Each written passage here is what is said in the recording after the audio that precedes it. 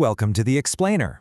Imagine walking into a room and, instantly feeling someone's presence without them saying a single word. It's like the air just shifts.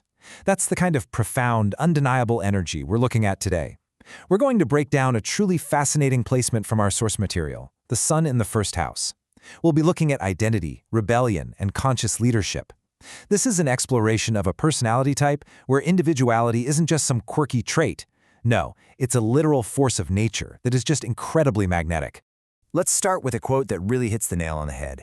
Independence becomes more than a choice. It becomes part of their identity. This beautifully sets up the core theme for us today. Because when the sun sits in this specific placement, a person's life is defined strictly on their own terms. It's this relentless, lifelong drive for absolute authenticity that colors basically everything they do. All right, let's dive into Section 1, the architecture of identity.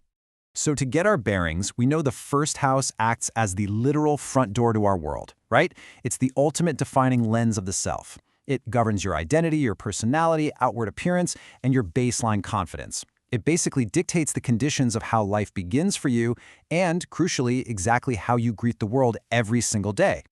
Now imagine bringing the sun into that house. In Vedic astrology, the sun represents the soul, vitality, purpose, authority, leadership, dignity, and your inner light. When you bring all that heavy-hitting energy right to your front door, well, that person naturally seeks raw, unfiltered authenticity. They are completely uninterested in imitation. They learn very early on to trust their own direct experience way more than they'll ever trust collective approval. Which brings us to Section 2, the protest personality. You see this pattern start super early in life. For these folks, visibility is just unavoidable. A child with this placement usually has really strong opinions from day one. It's the kind of fierce independence that makes parents simultaneously beam with pride and completely pull their hair out in frustration. Whether they actively want the spotlight or not, people just notice them. Standing apart, that's their normal right from the get-go. As they grow up, this early visibility kind of hardens into what the source calls the protest personality. But we need to be clear about what that actually means. They rarely rebel just because a rule exists. This isn't your standard run-of-the-mill teenage angst. No, resistance is triggered only when rules threaten their personal integrity or their individual freedom. Their protest starts from within, the exact moment they refuse to just be someone else's version of success. And this brilliantly highlights a major difference in behavior: empty rebellion versus principled resistance. Empty rebellion, that just protects the ego without creating any meaningful change. It's essentially just being a contrarian for the sake of it. But this placement drives principled resistance. It actually serves a purpose and champions individual freedom. They're fighting for the right for every single person to think independently, choose consciously, and live honestly.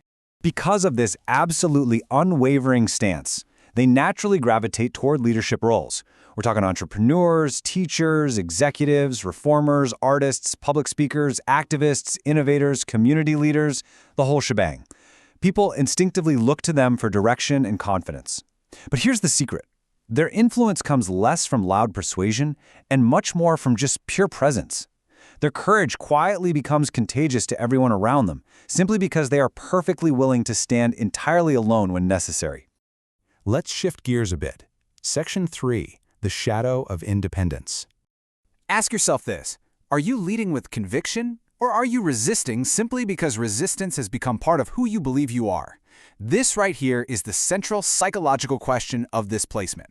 You see, both the genuine leader and the ego-driven rebel appear totally fearless on the surface. They both loudly reject blind conformity. But the catch is, one deeply inspires people, while the other slowly and painfully alienates them. It can be a really slippery slope.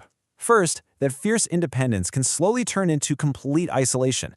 Then, natural, healthy confidence hardens into inflexible pride. And finally, genuine leadership just degrades into pure stubbornness.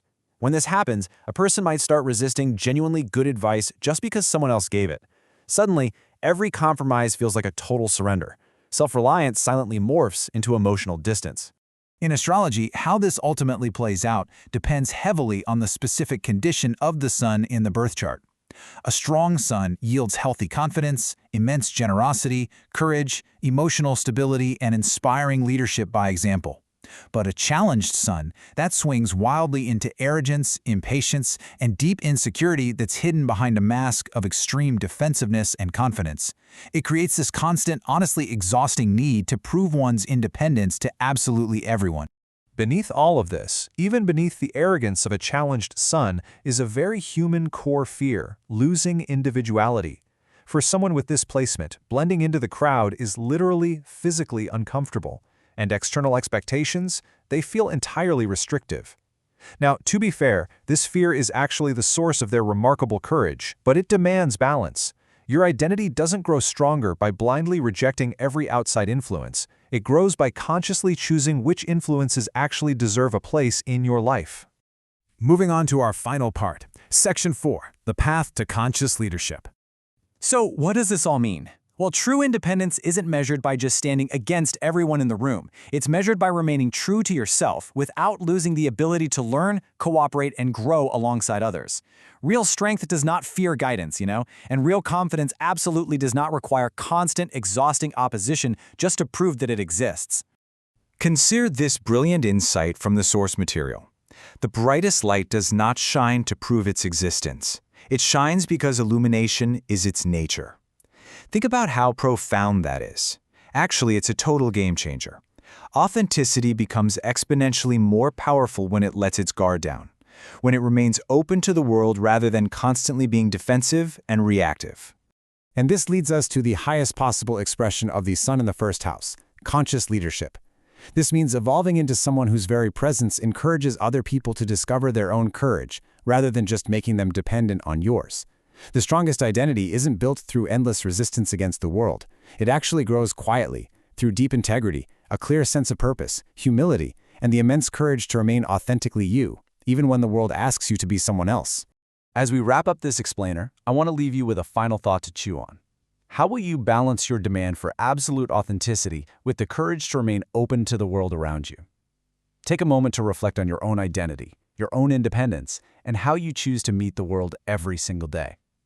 Thanks for joining me for this deep dive, and remember to always keep seeking that brilliant inner light.